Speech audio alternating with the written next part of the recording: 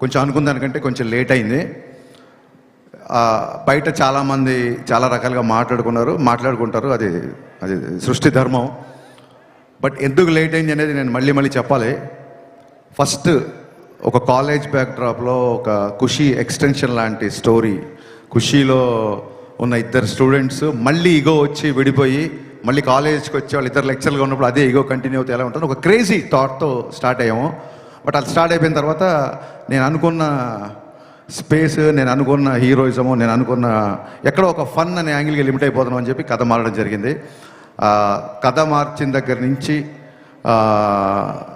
ఆ స్క్రిప్ట్ సాటిస్ఫాక్షన్గా వచ్చేంత వరకు, అండ్ మధ్యలో అది కోవిడ్ అంటారో ఇంకోటి అంటారో, వాట్ ఎవర్ రీజన్స్, ఈ సినిమా డిలే అవ్వడానికి అట్ ది సేమ్ టైం ఇందాక అందరు చెప్పారు చాలా ఫాస్ట్గా సినిమా ఫినిష్ చేసాం అంటే నేనేదో కావాలని చెప్పట్లేదు.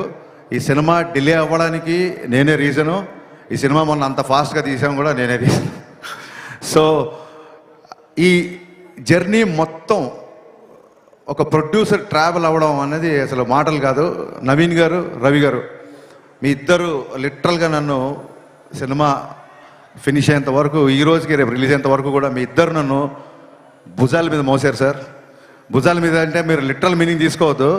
నవీన్ గారు, రవి గారు హైట్కి భుజాల మీద మోస్తే బ్యాలెన్స్ ఉండదు, వాళ్ళ గుండెలు పెట్టుకున్నారు. Sir your one of the best producer, అంటే ఎనీ డైరెక్టర్కి డ్రీమ్ ప్రొడ్యూసర్ సార్ మీరు. ఇంత లేట్ అయినా సరే సినిమా సాంగ్స్ దగ్గరికి వచ్చేసరికి నేను ఒక 500 మంది డ్యాన్సర్లు నడితే వాళ్ళు 1500 మంది పెట్టుకుంటాను వాళ్ళు. నేను ఒక ఈ సైజు సెట్ అడిగితే వాళ్ళు ఈ సైజు సెట్ ఇచ్చారు. అండ్ ఆనందన్న, thank you so much. Director విజయాన్ని ఈ రేంజ్లో మ్యాగ్నిఫై చేయాలంటే it's only one and only you.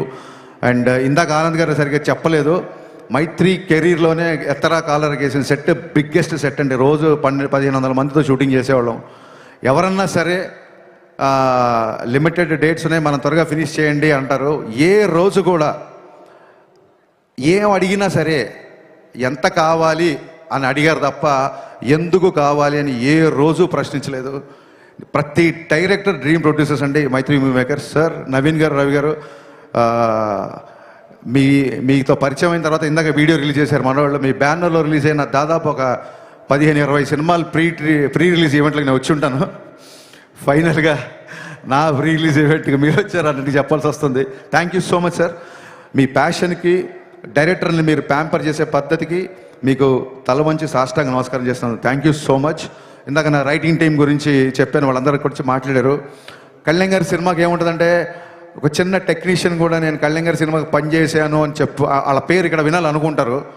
ఎవరి పేర్లైనా మిస్ అయిపోతే పాపం డిసప్పాయింట్ అవుతారు. సో నా రైటింగ్ డిపార్ట్మెంట్ ఆల్రెడీ పైకి వచ్చి మాట్లాడారు. మా కథ మారినా మా గురించి, ఎస్పెషల్లీ నా గురించి కథలుగా బయట మాట్లాడుకున్నా, నాతో పాటు దాదాపు 2.5 సంవత్సరాలు జర్నీ చేసిన రైటర్ డైరెక్టర్ సంతోషం, mister perfect writer director Dashrath గారికి నేను మనస్ఫూర్తిగా కృతజ్ఞతలు చెప్పుకున్నాను. థ్యాంక్ యూ సో మచ్ అన్న. ఎప్పుడు నా పక్క నుండి నాకు ధైర్యాన్ని ఇచ్చావు. అలాగే మా రెబల్ రెడ్డి, నేను రమేష్ రెడ్డి గారిని రెబల్ రెడ్డి అని పిలుస్తాను. గబ్బర్ సింగ్తో నేను ఆయన్ని ఆర్టిస్ట్ని చేశాను. ఎందుకంటే నా స్వార్థం ఏంటంటే 24 hours నా సెట్లో ఉంటాడేమో అని.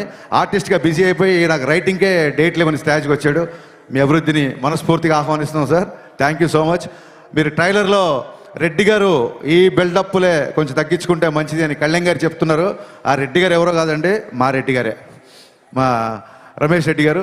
అలాగే Praveen Varma, very talented writer. తను ఈ సినిమాకి అడిషనల్ డైలాగ్స్, నాకు డైలాగ్ విషయంలో చాలా హెల్ప్ చేశాడు. Thank you Praveen.